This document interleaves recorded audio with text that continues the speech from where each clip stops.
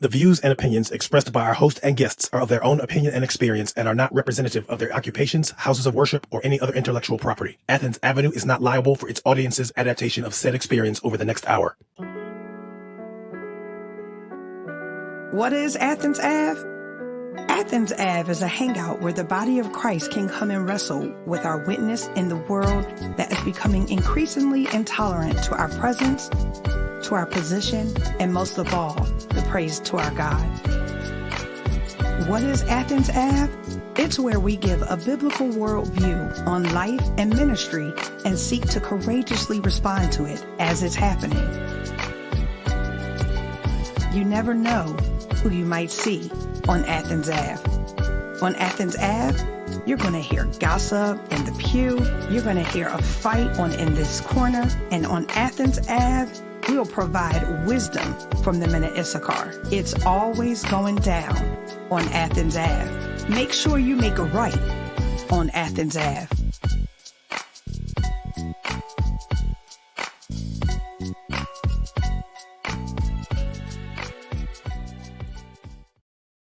Hey. Okay. We come in bopping all the time. How art thou? Hey. Hey. Yeah, that's what's my man, Dwayne, what's happening? Oh, what you one who used to do hey. No, that's rerun. Yeah, that is the rerun. You were talking about the hey. Okay, sorry. Yeah.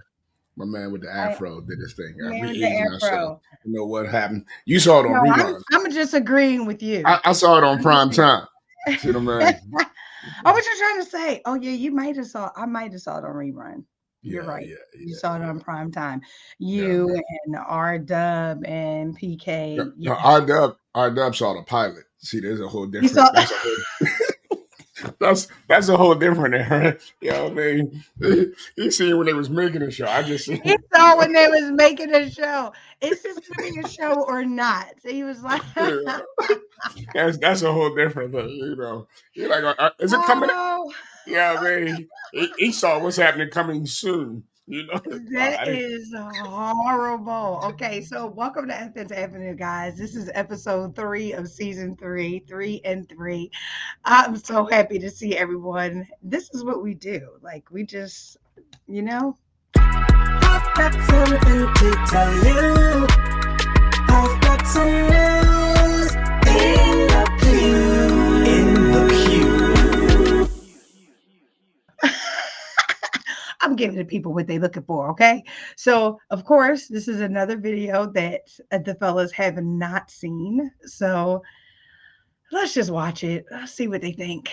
This is a very serious announcement. If you have joined this church because you think you're going to marry me, this needs to be your last Sunday. We don't do that here. I don't run through the women. We don't do that here. So I have to say this because unfortunately we've had several situations with several individuals who have made it clear to several of our leaders that they felt God led them here to be a spouse to me. I can tell you that is a lie. Second order of business, we had an individual call the church. I don't know this person. They said they were upset because they had been in a relationship with me for an extended period of time via email, and I suddenly stopped reaching out to them. Well, that's because you were never talking to me in the first place. So to whoever that was, I'm sorry that you went through this tragic event, but that's not our fault. And I would pray that you would be less gullible in the days ahead. But I assure you that if you push this any further, we will legally take action with great prejudice. So go ahead and let it die. Repent and go find a real human. So we're not going to do none of this foolishness because you was talking to a fake page thinking it's me. So let me set order. If you came to this church and you think I'm your husband, unthink it. So let's calm that down. Look at your neighbor and say, calm all that down. Calm all. We don't do that foolishness here. You should be glad you got a pastor with some integrity. We don't do that stuff here.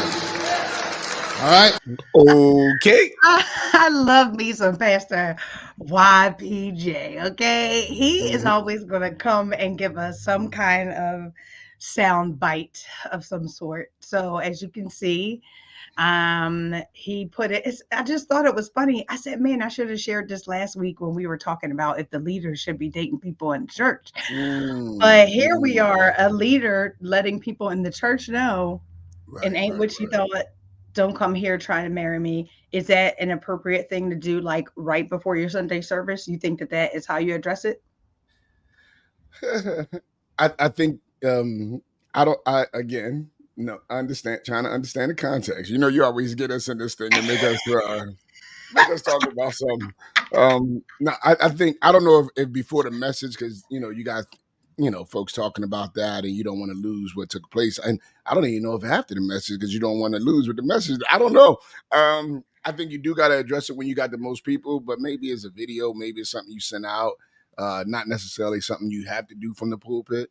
But Okay. I think if it's legitimate, and you got many people coming there thinking they gonna marry him, yeah, I mean, I guess you have to address that. I mean, I have had been told that somebody came to my church at some point, because they wanted me, and I was like, I got Kim. So yeah, that's not gonna happen. I didn't make an announcement from the pulpit about it, Right. but I was on guard, like, okay, I told my wife, like, okay, you know what I mean? But I didn't make it a national, story, Correct. in that way. But we were, like Canty, we were, prepared for, okay, I don't know what that actually means or how it's going to play out on that person's behalf. But, we was just on guard, like, okay, if that's what someone said, let's be mindful of that. Mhm. So.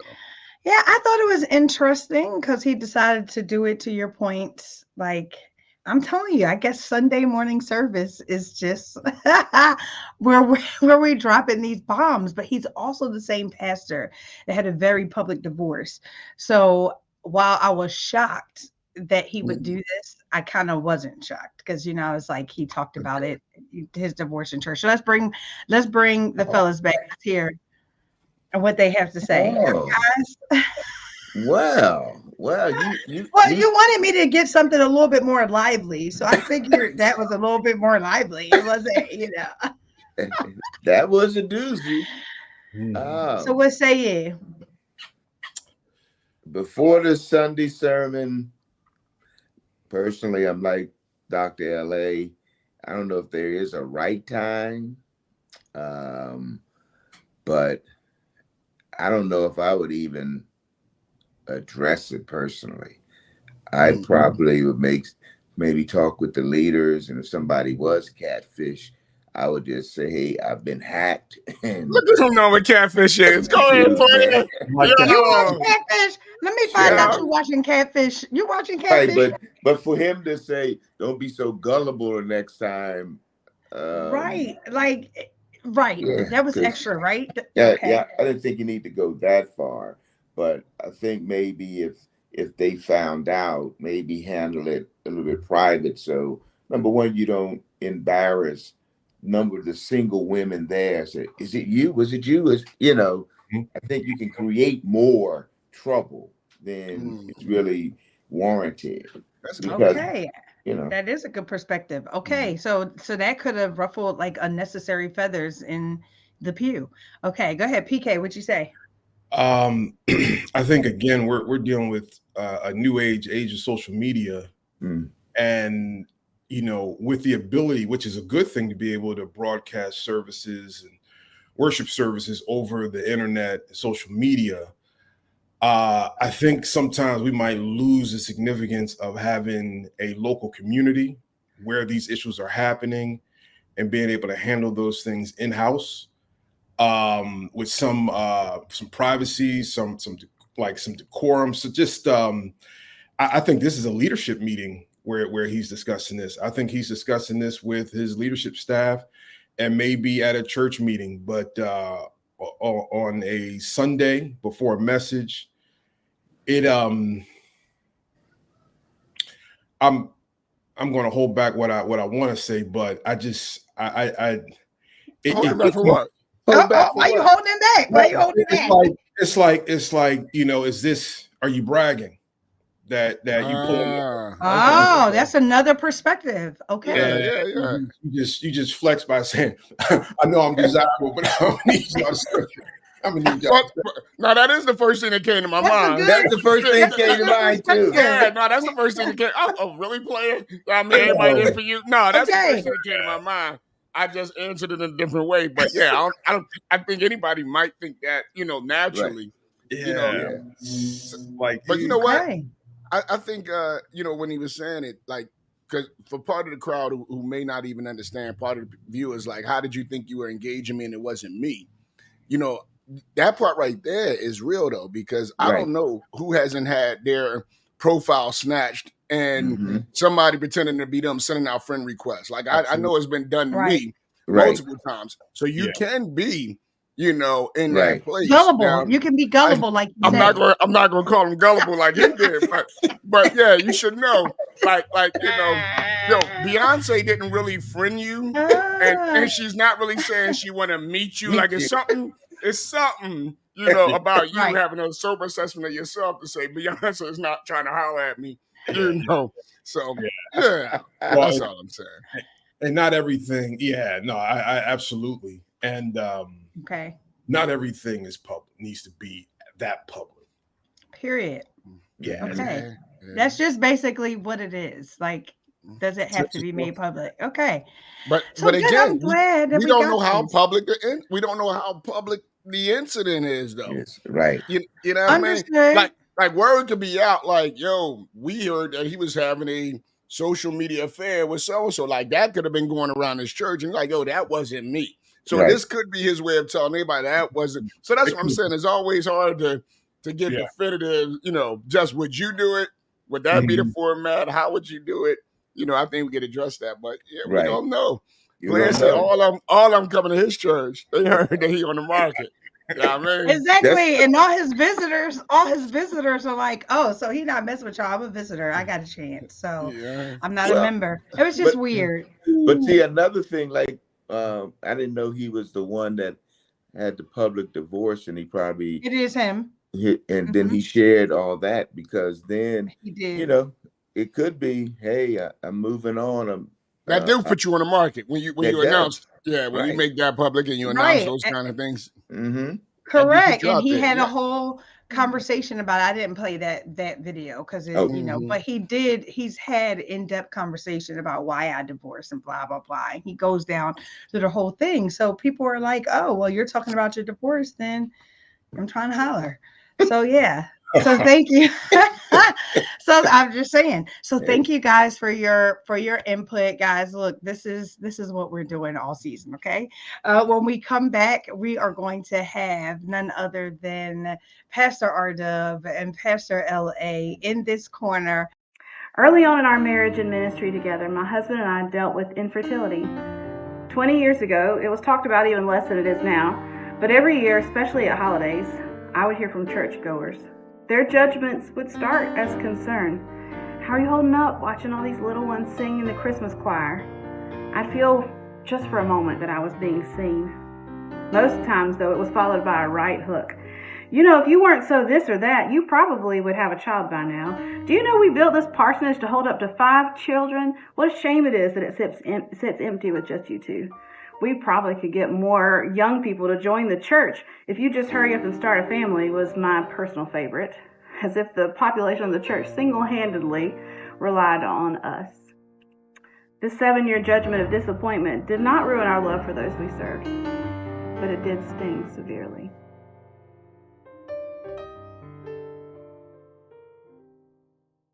All right, and we are back. This is like my favorite segment, guys. You know this, right? I know that. I thought the last segment was your favorite segment.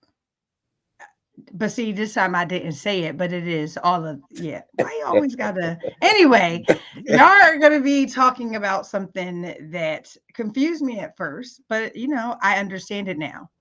Non-church people should or should not have funerals at the church. I'm telling y'all right now, you may lose some members from this, but I'm going to go ahead and kick myself out. In this corner.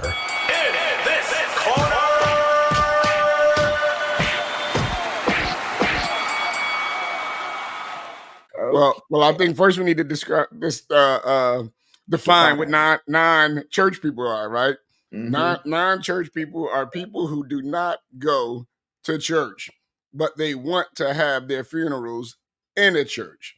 And so you, Right. RDub, do you think that these non-church people who never go to church when they're alive but want to be carried in a box should have their funerals in your church?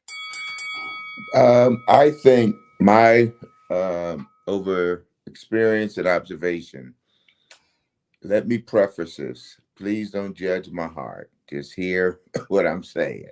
Uh-oh. I'm saying if all my life I didn't want to have anything to do with church, didn't want to have anything to do with worship, when I would see the church, I call them all hypocrites who go, and I don't want to hear the music. My life was in the street. My life was in the club. My life was in the lodge. Then why should, when I die, my homegoing service should be in the church? I believe it should be where you hung out the most. Why not have it at the club? Why not have it at the lodge? Why be a hypocrite in the coffin? When you're talking about all these hypocrites playing a role, why should we put a choir together, all these folk coming up saying how you love the Lord and how you that and that,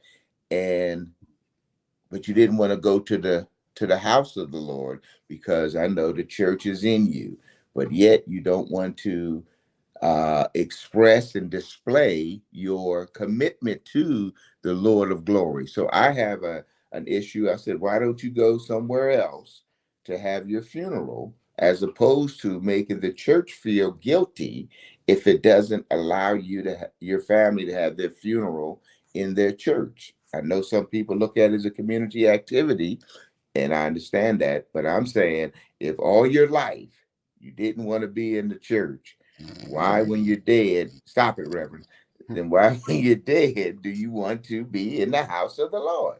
Oh, okay. Wow, that was an opening soliloquy. So Well, I'm yeah, trying to help you out, man. Oh, okay. Well, I would say this. I agree. With it seems hypocritical to not want to go to church when you're alive, but somehow you want to have a funeral in the church when you're dead. I would say it seems, yes. It would seem hypocritical in that regard.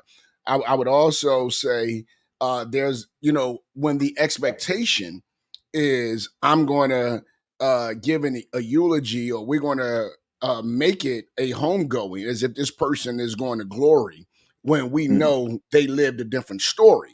I think that's hypocritical as well. So I fully agree. I can't put them in heaven if they didn't go through the sun to get there. So I can't do nothing about that.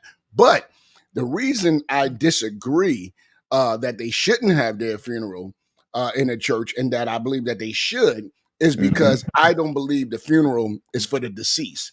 I believe the funeral is for the living.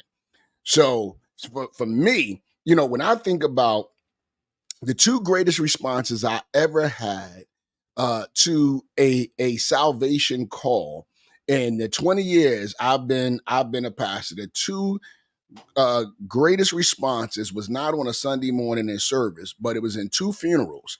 Both of those funerals were for individuals who were murdered. Both of them were murdered, and both of them was non-church goers. I had a church that smelt like weed. I had folks who had never been, seemingly had never been in church before. There was no such thing as church clothes. There was no church decorum. It was what it was. But I remember, after preaching and giving an invitation, and I'm saying, if you want to accept the Lord, repeat after me. At one of the funerals I did this, right? You would have thought it was a choir repeating after me. That's how many people wanted to confess, so not because the message was there, but because the Lord was there, right? And there's no greater time to ever think about life and eternal life than when you're facing death. And there's no greater time to speak to these people than when they're grieving, they're mourning, they're sensitive to that, they're emotional, and now you're telling them, look here, this is one person's fate, this is where they are, but this is where you can be. So I don't think that the funeral is for the dead. I think it's for the living. And so that's why I would say yes, we should have their funerals in church. Okay, and I appreciate that, because I see you can look at it as a ministry, but also I believe that sometimes, and I'm not saying in every situation, but I'm saying sometimes, when the unchurched wants to have their funeral, again, we understand it's the deceased is gone. The family, some of them want to go as far as dictating everything about the funeral in the church, and trying to say, hey, we're renting this building, so therefore we running this. No, you're not running it. So you have, the reason why you have to have some kind of order, because it's amazing how in church we say we have to be about order, all things decently and in order, but at this funeral of an unchurched person, there's no order. So we have a bad habit in the Christian community of letting anything and everything go in the church. They won't do that foolishness in the mosque. They won't. Why? We, the body of Christ, need to say, hey, this house needs to be, we're not worshiping the house, but we're going to be worshiping in the house. So I think we need to say, if you enjoyed the club life, there's nothing, you can speak highly and well of a person in the club. You can do it at the lodge. We can do that at the funeral home. You can do a eulogy. I hear you. I hear you. And I agree. So a salvation message too. I hear you. We don't, I would say we don't rent our church, meaning I'm not going to turn the church over to you because you paid money. So we don't rent our church. We don't rent our pulpit. So if you want to have it in a church, it's going to be a church service. But and again, I would even say, that you got to see it as an outreach, right? And so if you're not interested in outreach, don't do it, because you're going to have some folks that come in there again that don't. They're unchurched. They're non-church. They don't do this. So they don't know decent and order. So if you don't see it as outreach and you don't have, a good, what I bedside manner, you don't have the gift of hospitality and grace and mercy, don't do it. Because the truth is, I done been to some funerals in some churches where, they done made me feel so uncomfortable that if I didn't go to church, I wouldn't go to church. And so I think, there is, if we're not prepared to handle that, so everybody can't do this. If you're not prepared to handle that crowd coming in and you're not prepared, and you got to know, they're going to come in. They may smell like this. They may look like this. They may talk like this. They may act like this. But for me, those are people we call to reach. But if you see them like, you know what, I can't believe they did that in the church. This is just a building to them. Right. And until you become an extension of who God is to them, you're just a person, a guard in this building without a firearm, or with a firearm based on where you go. With firearm. But you got to be an extension of Christ to them. And you have to see it that way. Or I would agree and say, hey, don't have them if you're not prepared to actually see them as harassed and helpless like sheep without a shepherd. Okay. And again, I my heart is, I understand ministry, I encourage ministry, but I'm speaking from the opposite side on this, because there are people who firmly believe if you didn't come to church in your 50 years of life, now when there is no life, let's not worship you in the church, because that's what we do. Because listen, some people that at a funeral, knowing full well he or she wasn't there, and it sounded like they were, Mother Teresa or somebody. Oh, absolutely. And I fought the church folk for doing that, because they don't want to offend the family. Nobody want to speak ill of the dead. So no matter how they live their life, you end up putting them up, and And there are some people who have, I would say, hey, they were pretty much nice people. They just didn't go to church. And those funerals, I think, should be where you hung out most. And if you hung out, let's have the service there. Can you imagine the ministry? Hey, we're going to have so-and-so's funeral at the Moose Lodge. Hey, we're going to bring the gospel to the lodge. Why can't we do that? That could be a ministry as well. Getting outside of your building. I hear you, man. I hear you. Go ahead, PK. No, excellent points. For both, I mean, I have to admit, I lean because that's the way it's been done. I lean towards, inviting people into the church, if just for that funeral, you get a chance to reach them. And it's going to be messy if you're dealing with messy people who are trying to reach. It's going to be messy. So the mess, the smell, the cussing, the frequent cigarette breaks, getting to the mic, slipping up, cussing, saying some words. I mean, we've seen it all. We've seen it all. We've seen it all. Absolutely. The Muslims that get up and walk out when you go to speak, you done seen it all. You know? People threaten that they gonna, somebody gonna come by and shoot up the place. We had to have cops outside. All kinds of things. Yeah. And Pastor RDub say he's not dealing with that at his church. What I'm saying is, they're in that gated community. But what I'm saying is that the idea of saying they slipped up and cussed, they didn't slip up. It's intentional. He said that's what they do. That's what they do. Now, I do, we look in scripture, we see things are to be decent and in order, and I agree with RDub with the, I've never heard of a funeral at a club. I'm not quite sure what a moose lodge is because I grew up in the city. But I wonder, and he's talking about like the VFW lodge. He's talking about like the VFW lodges. He knows what we're talking about. I thought that was the joint that the Flintstones went to. So I just said that. I like, okay, that's the Flintstones joint. Oh my gosh! Don't do that. It's amazing how people want to be sacred at specific times in their lives, but yet, it's like that switch they turn on and off on sacred. This is a sacred time. And that wasn't a person who had set themselves apart for anything. They lived their lives to the nth for themselves and for the pleasure, the hedonism of the world. And it's like, why not match that with that homegoing?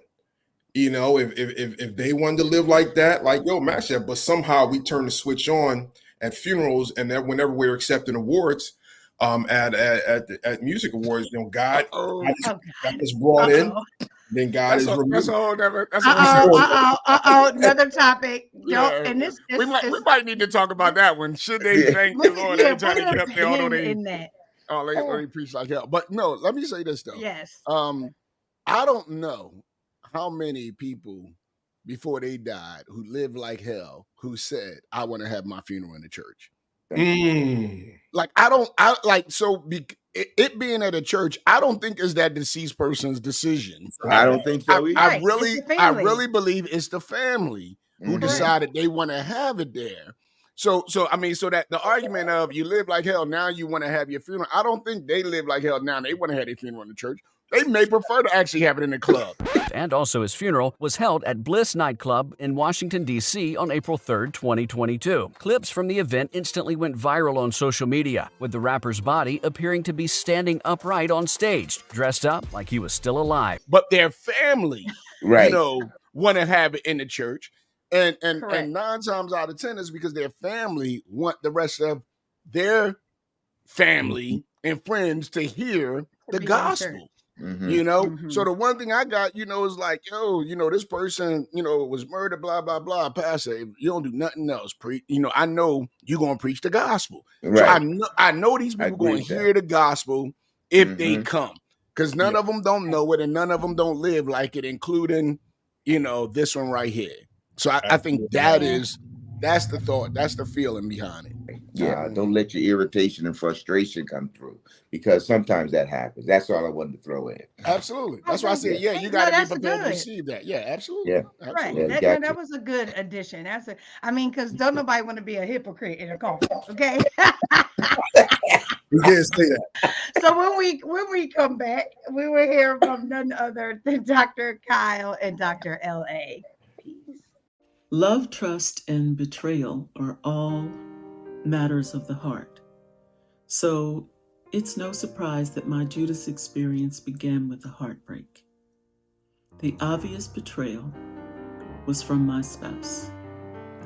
He breached the trust and sanctity of our marriage. What had I done? And why didn't I know?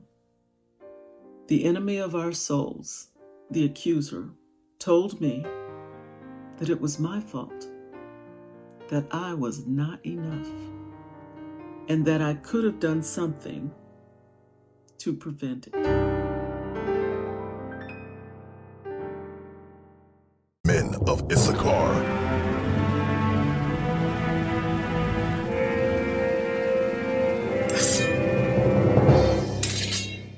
Hey. What's up, bro? What's up? What's Hey, up? What's up? What's going down? I'm So we good. talking about young adults. Yeah. Why do young We're not adults? young adults. I'm sorry. I guess we're not young adults. Yeah. You still here? Why do young adults leave the church? Wow. Why don't you start? Okay.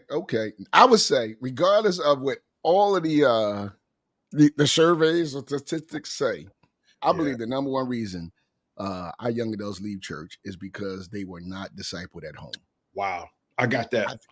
I think that's number one. I think when there is a disconnect between what they're hearing in church and what they're experiencing in the home, I think that's number one. I think we have a responsibility to raise up our kids in the joy and the admonition of the Lord and knowing who He is and understanding Him and serving Him. And we have to do that in the home. I think most of the time we send them.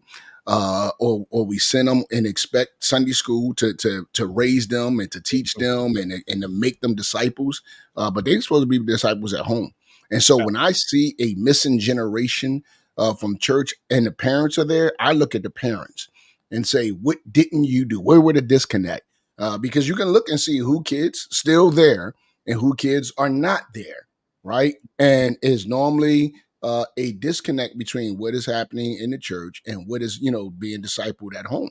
We'll make them go to school, right? We'll make them get education. We'll even make them get jobs after church, but we stop when it comes to making them do the most important thing, and that's go to church. And not just make them like I'm sending you like as a punishment, but making it palatable for them to hear, to understand, to grow, and to live in. And we always let our kids do what they do and then hope that they come back when they get older to learn. Like somehow we hope and we pray that they come back, but we let them leave. And I think that starts with the home. Yeah. And even what parents say about the church in the home has an incredible impact on a child's perspective on church. And I agree. I was looking at some Barna stuff and about young adults and why they leave. And that wasn't listed, but knowing from experience, that is the case. I think one of the other things is, as far as young adults leaving the church, is the church struggles at times with either one or the other extreme, either being too unwilling to change, unwilling to consider contextual changes and cultural changes, or at the same time trying to be too relevant and watering down the scriptures, watering down life, giving a false impression of what God requires. And again, that's tied to that whole discipleship piece. But I think that's like we either go one way or the other. You go one way, you come in, take that hat off, young man. Why you got all them tattoos? Why you smell like that? Where were you? Or we go the other way, and man, you just do anything. Oh, y'all doing that together? Oh, okay. You changing. That light. You into that lifestyle. You smoking that. And I'm being extreme and facetious. Right. I got you. Extremes. And the wild thing is young adults struggle with the same thing that adults who are good at hiding things struggle with. The world is attractive. And I just think, cats our age are better able to hide the things that we do. Well, you have more opportunity. You didn't practice it long enough. You've been hiding stuff long enough. But yeah, I think that is number two. Boom, you're not discipled at church. I think you're absolutely right. I think is one thing to teach them Bible stories, right?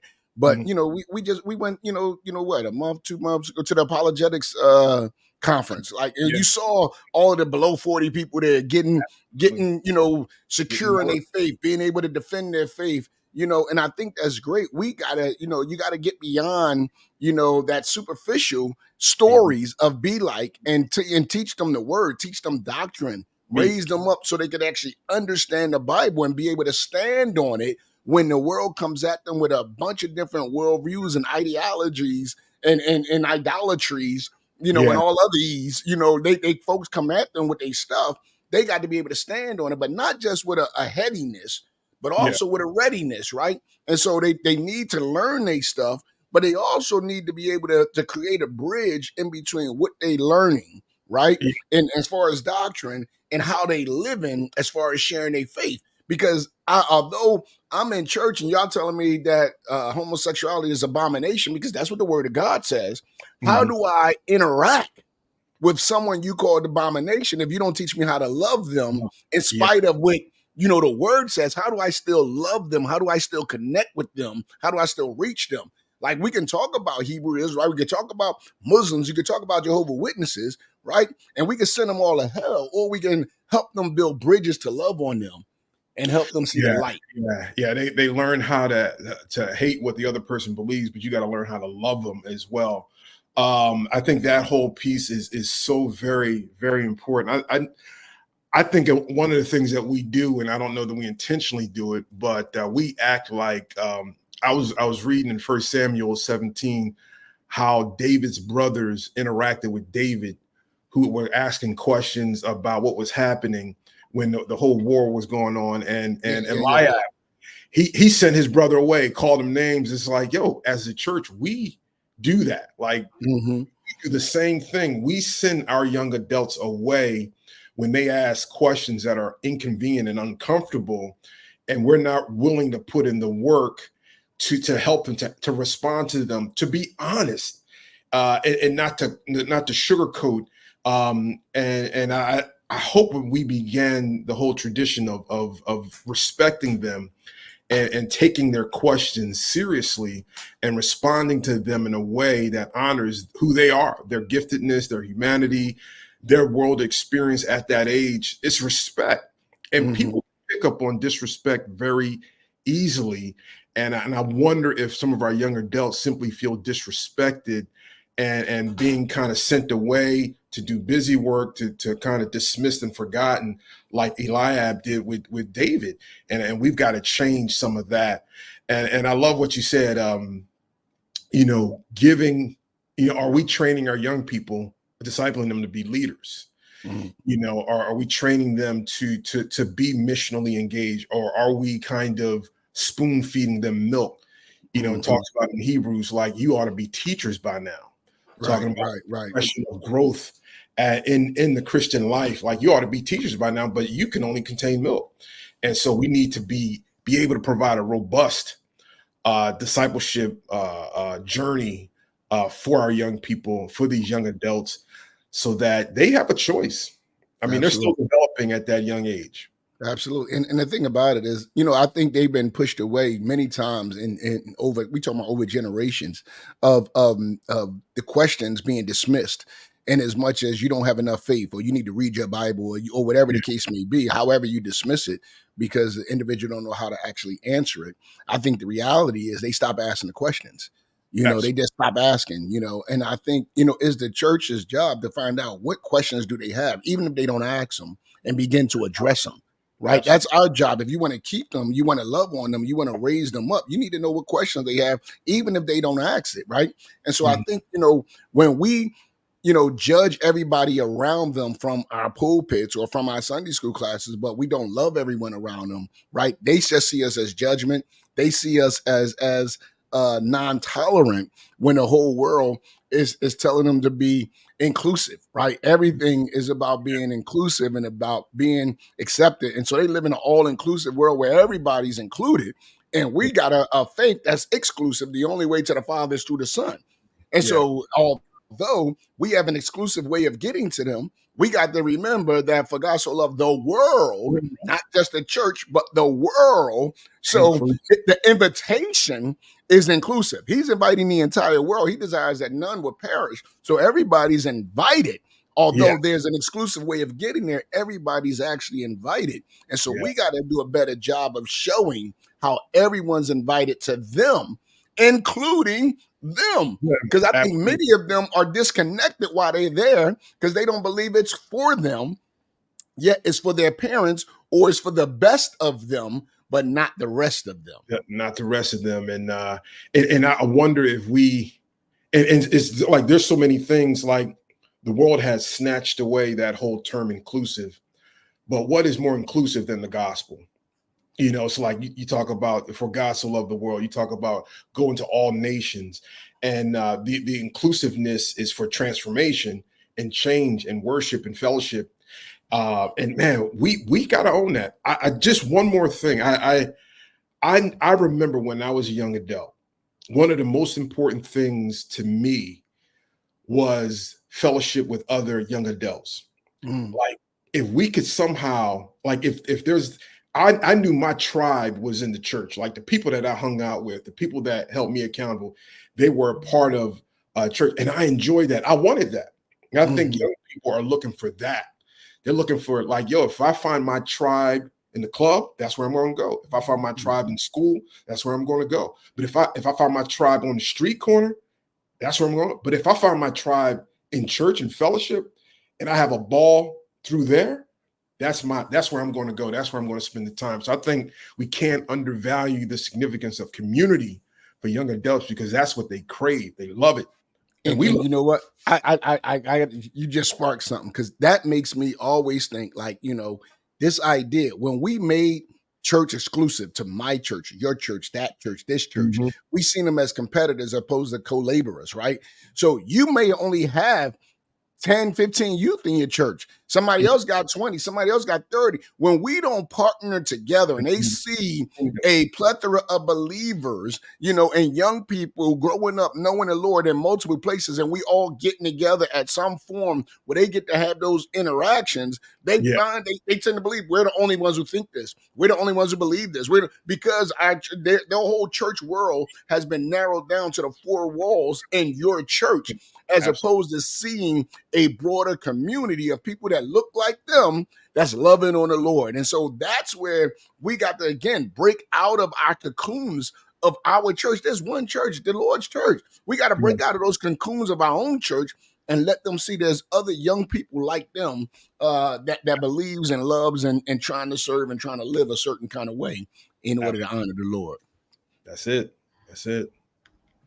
Yes. I mean, fire it up, okay? Yes, Yeah. I could have went on for that one right there. I know. So we're not even going to, we're just going to go right into our next segment. Normally we break for a commercial, but our next segment is my favorite segment. We're going to go straight into that. It is on the spot, and this guest is absolutely amazing. So join myself and Dr. LA as we talk to our guests. All right, we'll be back. I'm uber excited, Dr. LA, about this interview, just so you know, because this is my brother from another mother and mister. And I've known him since I was in college, so let me just not belabor the point. Reverend Jeffrey Browne serves as Township Commissioner in Abington, Pennsylvania, serving the residents of Ward 6. I didn't even know there were wards in Abington, by the way. That encompasses North Hills, in Ardsley, Pennsylvania, and Southeast Montgomery County. As a township commissioner for Abington, one of the largest suburban townships in Philadelphia area, Reverend Browne works to solve various issues for residents, working to connect residents to township and county resources. And he was just appointed this past June of 2023. He won a special election in November 2023. So this is amazing. It's still fresh. And we're excited to see him serve. He is a community leader and has been forever in a predominantly white community. So he seeks to bring all of us together, right? Every community together, addressing historical, systemic racial issues right at the head. Like Jeffrey, that is who he is. He is married to the beautiful Shamika Browne. They both serve the community of Abington as elected officials. She is like a big deal in education, and they have 5 children together.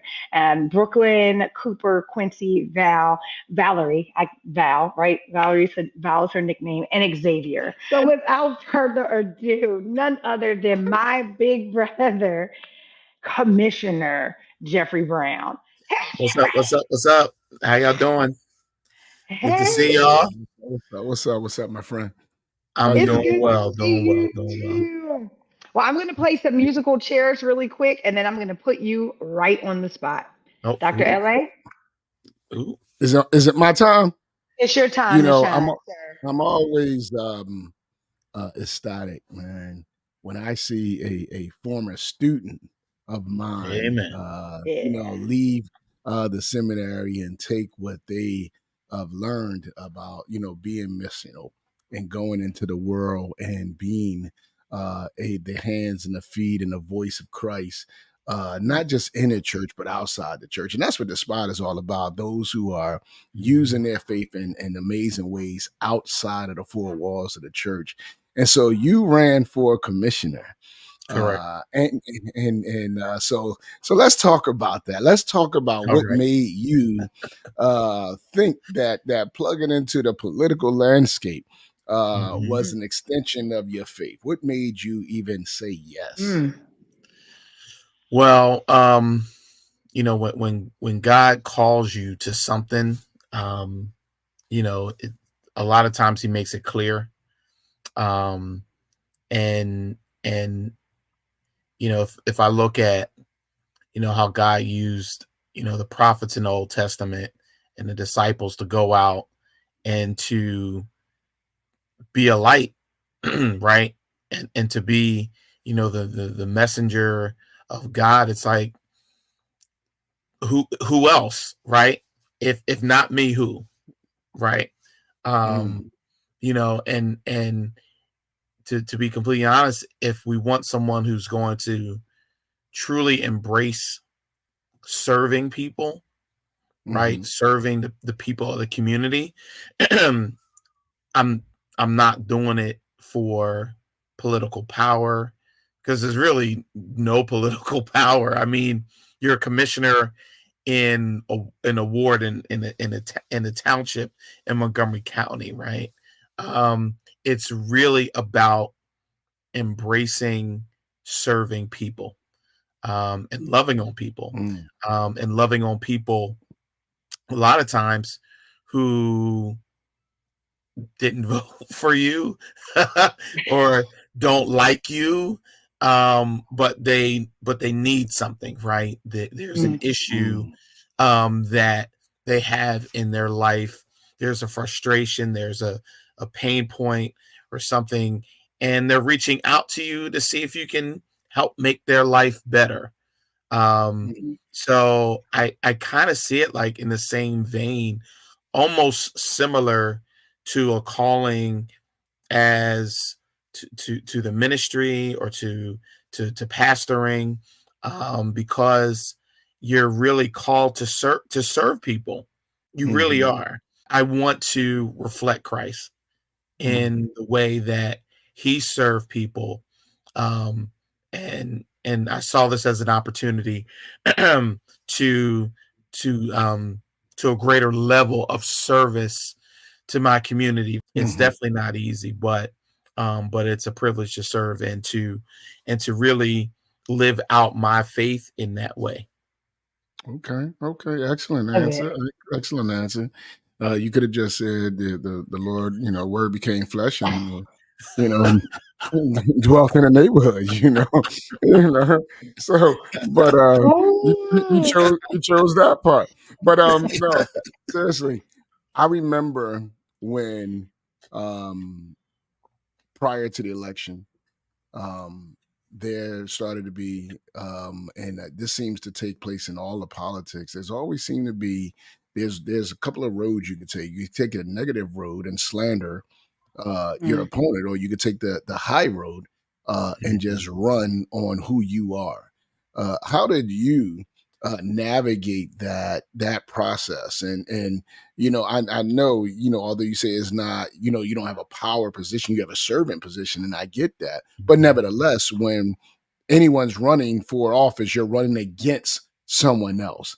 How did your faith make you choose the path that you chose as opposed to the other opportunities to try to Yeah. win? I'll say Yeah. that. Listen, God definitely has a sense of humor, and puts us in certain positions to teach us about himself, right? And about us. So when I found out who my opponent was, you do your research to kind of find out, what they're about and things like that. So she had a very unique last name. So my wife was like, man, she has the same last name as my coworker. So it turned out that it was her coworker's mother. Not only was it her coworker, but it was also like her buddy, because she was new to the building. So in where my wife teaches, for new teachers that are new to the building, they pair them with someone who's been in the building for a few years. Gosh. Yeah. So my wife had to ask her and saying, "Is this your mom?" And she was like, "Yeah." So, it got kind of, awkward when they turned negative, right? And when the campaign turned negative. So as I was knocking doors, and I was very intentional about knocking on as many doors in the ward as I could. And there's a strategy in politics, when you go door knocking, that Democratic committee people, personnel, whoever, will have lists of Democratic voters, right? And they'll say, we're only going to hit the Democratic, voters. We're not going to knock on every door. We're not going to knock on a Republican's door because they're not going to vote for you anyway. And I was like, no. So we're gonna knock on every door, right? No matter if they have a sign for my opponent, no matter if they have a Trump sign, no matter if they already have a sign for me out, no matter what, we're gonna knock on every single door. So as I was going out, and as I was knocking on doors, and as I was talking with people, there was like a recurring theme, that there were rumors that I didn't live in the neighborhood. That was the most surprise. I was just like, wow. There's many rumors that I don't live in the community. That's interesting, and it doesn't take much to kind of understand why they thought that would play well, given that this neighborhood had been historically redlined, right? So understanding the racial dynamics at play there, it was truly challenging. And it really only made my resolve greater, right? In that it was, okay, you're going to go negative, then I'm going to work extra hard, right? I'm going to make sure that I'm talking to everyone so they know me, they know who I am, they know where I live, they know what I'm about, they know what my values are and things like that. So there's no guessing. There's no second guessing. So yeah, I chose the high road most definitely. But at the same time, there are a few choice people, not necessarily my opponent, but there are some folks in the township who are just political bullies, right? And my wife and I, we take two different tacks. My wife is the very smooth, they'll come to the meeting, they'll, say they're racist or, whatever stuff. And she'll say, thank you for your voice and move on, and won't give them the day of time. Me? Not you. Not you. I'm like, if you want a fight, I said, we can fight, but I have to, that's one of the things they got to show me about myself, right? There's a reason why my wife and I, God put us together, because we complete each other, right? In some ways, I need to back off and not fight. And then sometimes I need to tell my wife, no, you need to fight, right? And it's kind of like, well, we balance each other. And in the township, it's funny, man. Like, people can be real interesting, about this stuff. Like, it's just so crazy. But here's the thing. God calls us to love those people equally, right? So it's like, I can't choose who to love and not to love, right? And as a political leader, listen, if that woman is in trouble, if she's ever needs something, guess what? I gotta be there for her, right? And even those political bullies on the other side of the aisle, I have to be there for them in the same way that I would be there for someone who was diehard and who voted for me. I got to be there in the same way. Why? Because God calls us to love our enemies as ourselves. He calls us to love our neighbors, right? The second greatest commandment is to love our neighbors as ourselves, right? So if I am really going to embrace, right, God's command, right, if I am going to reflect Christ, right, I have to love my neighbors, which means I have to love my political enemies. That ain't easy. I understand that. Let me ask you. I know many people talk about the things that they don't talk about. They don't talk about religion. They don't talk about politics. There's an idea that faith and politics just do not mix, and so they stay away. Yet they complain about all the systemic perils that take place, and all the things and all the rules and all the laws, and they can complain about things, but they often don't get involved. How do you navigate that? That's a tough one. To be completely honest with you, I don't know if I would be able to run for any higher level of office that affects. Because I was going to ask you at some point, people's livelihoods, right? Like serious livelihood. Like some of the stuff, I'm like, whoo, I'm glad that is legislated on a state or a federal level, and I have nothing to do with it, so I don't really have to speak on it, right? But I think for believers who do want to get involved in politics, or who feel that they have a calling into that arena, you really have to be able to be strong in your faith and to be able to explain why or why not you are going to vote for something in a particular way, right? On both sides, whether it be more liberal or more conservative, right? For me, I'm probably more conservative in my theology and in my faith than I am in my politics, right? So, if God calls me to a higher level and I have to vote a certain way, then it's like, okay, how do I love someone, right, as myself if I disagree with them theologically? Right? If they don't share my faith, how do I love on that person and see them as a full owner of the Imago Dei, right?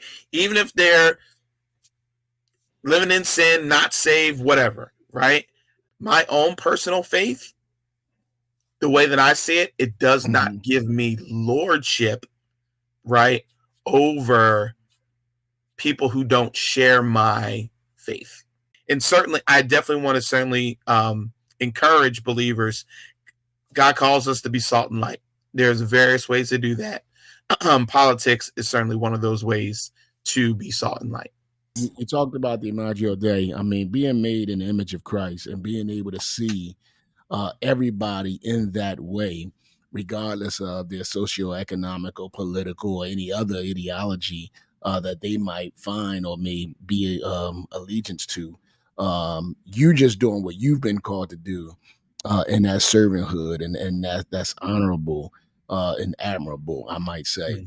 And so, man, I applaud you for being, my commissioner in my ward. When I looked up, yeah, you know what I mean. I got a chance to vote for Yes, he's my constituent. student. Absolutely. So, That's so dope. as I That is told so you, dope. I'm so proud of you, man, and what God is doing in you and through you. I was at your trial sermon. I got a chance to hear you drop an amazing word over there at Christian Stronghold. I'm proud of you in that aspect as well. Indeed. To grow and flourish on all aspects. Let me ask you this. How are you balancing all of these things that you got going on in life with your wife and your 5 kids, your 5, your job, your community service, and your ministry? Come on, bro. Come on. Yes. Tell me about that balance there. Come on now. Exactly. 'Cause I'm not doing good. What's your tips? Go ahead. Listen, we are blessed that we have a fantastic village to lean on. Both my wife's parents have been exceptional blessings to us. If we need to drop the kids off, God has placed some really good neighbors. We have a across the street neighbor who has been amazing. She takes Val, in the morning when I need to leave for work. The kids go over there and play.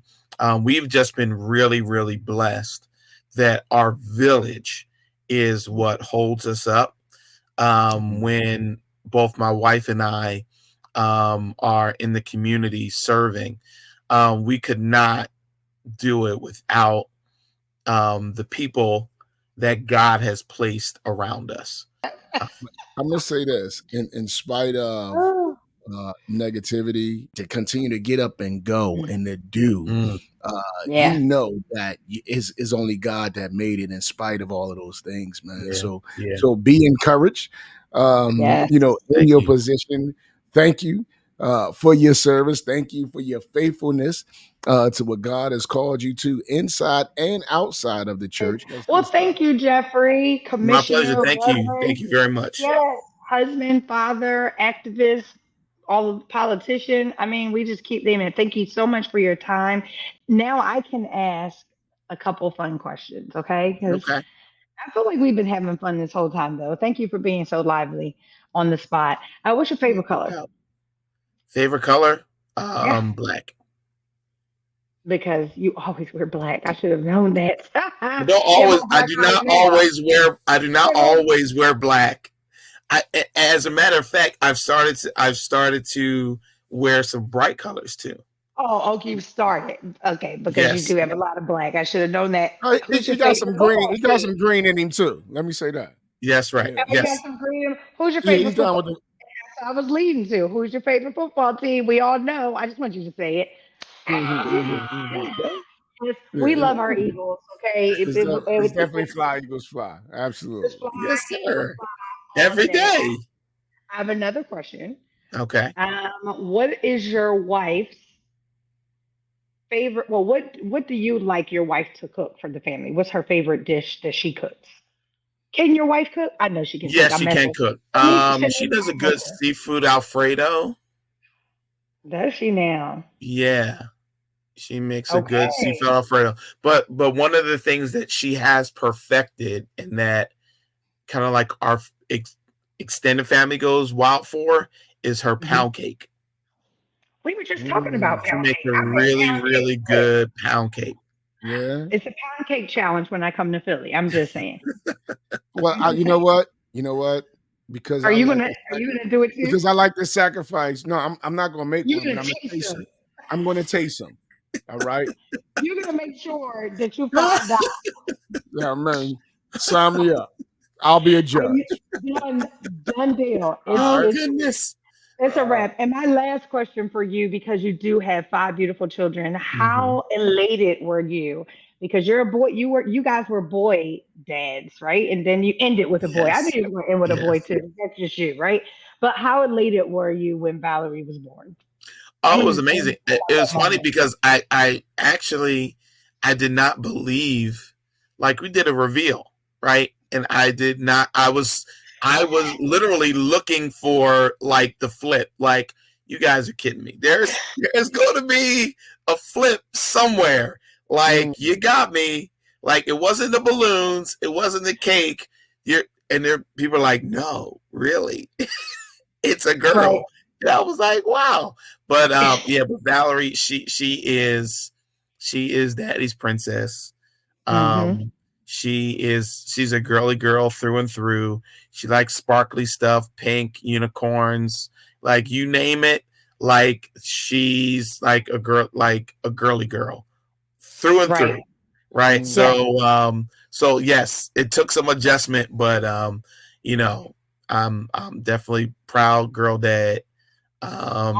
So yeah, I'll be that dude that you know, if she chooses to dance and they have one of those daddy daughter, you know, recitals, I will do that in a hot minute. And I need to see the recording. Okay. So Shamika, make sure you send that to me. Just text it. Okay. Well, look, Jeff, I'm gonna go ahead and just say thank you once again, Dr. Anderson, and I really appreciate your time. And we're going to excuse ourselves. But isn't it dope? I just want to say this, and whoever edits this, keep this in here. It is really dope to be able to now, as adults, not that we weren't adults before, but we're like a little bit more mature than we were when we started seminary, right? To be able to still have a little. Yeah, hold on. I'm talking for myself. I'm talking about me. Listen, but isn't it amazing that we can come together now on this level to be able to work with the likes of Dr. Anderson and Dr. Kennedy, that's also on the show. So I, as a student as well, I'm just going to say thank you to you, Dr. LA, for always imparting your awesome wisdom and your gems to us, because it's 2 of your students that are trying to do big things in the world. So, and I'm proud of both. Thank you, Dr. Anderson. Thank you. What's up, everybody? This is Reverend Commissioner Jeffrey Browne. As a community servant, it's really a calling. I have to serve the people of my community, and serving them means looking at each and every person and seeing the Imago Dei in all of them. Just love on them and lean on God to do the rest. All right, family, that's it. That was on the spot. I got put on the spot. Okay, we're back. Okay. Oh my goodness. You always say that the next show is going to be the best show. Yeah. I don't believe you, right? Like, because I'm always like, how can until you get to the next show, right? Until you get to the next show. And it's like, these guests are absolutely amazing. So guys, this was a really good episode. I want you guys that you've seen the banner on the bottom, right? The Welcome to Athens Avenue. We want you to continue to send us videos for In the Pew, continue to send us topics for In This Corner and a Minute Issachar. As you can see, they went in today. Like, this has been a really good show. So I'm going to bring the people. Oh, and sow a seed. How can I forget? You want to be a sponsor of this awesome show? Subscribe, like, do all of the things. Bring my squad back. Bring my squad back. I'm in it, guys. I know RDub had something to say after Minute Issachar, but I know did you have something to say at the Minute Issachar? I'm sorry. Go ahead. Go ahead, Pastor RDub. But no, I just thought that was such a helpful piece, because when I look even in our church, my nieces told me that Christian Faith Fellowship is not our church anymore. And because that young adult dynamic because they like community. And then I put the challenge on them. They always say every time we bring up a situation to the pastor, he's always telling us to own it and let's do something about it. That's my. And so I said, well, you have friends. I said we can turn this building into a meeting place for us to, and I think we've done that one time. So I think that young adult piece, because that's the next generation. Yeah. That is, Absolutely. you know, shoot, but that was I good. love it. That was Is that good. Hey, good can addition? we contract you guys out to go around to different churches and help them do an assessment of their situation? I think that's something y'all should put in there. We could talk off air, but for the meantime, just tell them to watch the Athens, that is, and they'll catch some of that. All right, I'm gonna leave that right there.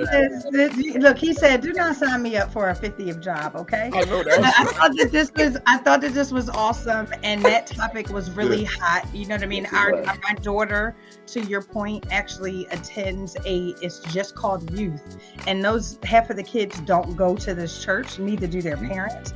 But every Wednesday they have just a youth event, and they want to be with their other youth. Like, you're right. Like, so this was good. This episode was good. We'll let Canty close us out today. Is that all right with you, Canty? Again, like and subscribe. Be encouraged. Understand that all that we're talking about is out of a heart that desires to see people grow, the kingdom expanded, and all to the glory of God. Peace. Peace. Peace.